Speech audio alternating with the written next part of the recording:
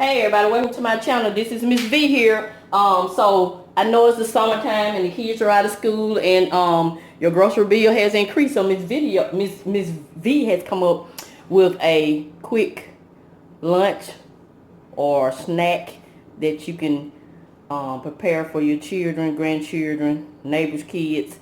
It's filling and it's kind of inexpensive. It just depends on what brands you buy, but we're gonna be making some meatball soups.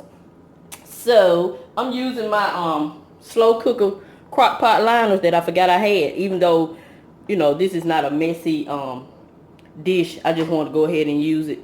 And so just in case you're a busy mom and you don't have time to clean a crock pot, say like if you're making something that's like rotel dip or something, these are great to use. So that's what I have in my crock pot. I'm letting it warm up and I'm going to be showing you how I make my meatball soups. So stay tuned.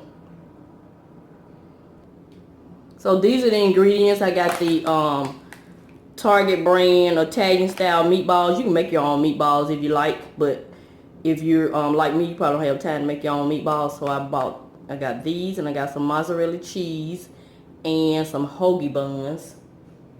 You know, if it's for kids, you can use a hot dog bun. You can use whatever you have, really. But I wanted to get the hoagie buns. So this is what I have, and I got some marinara sauce.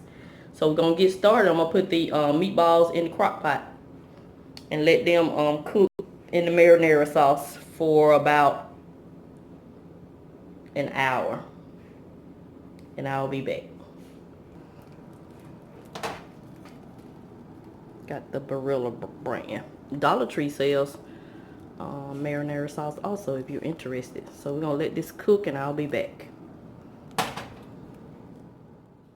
An hour.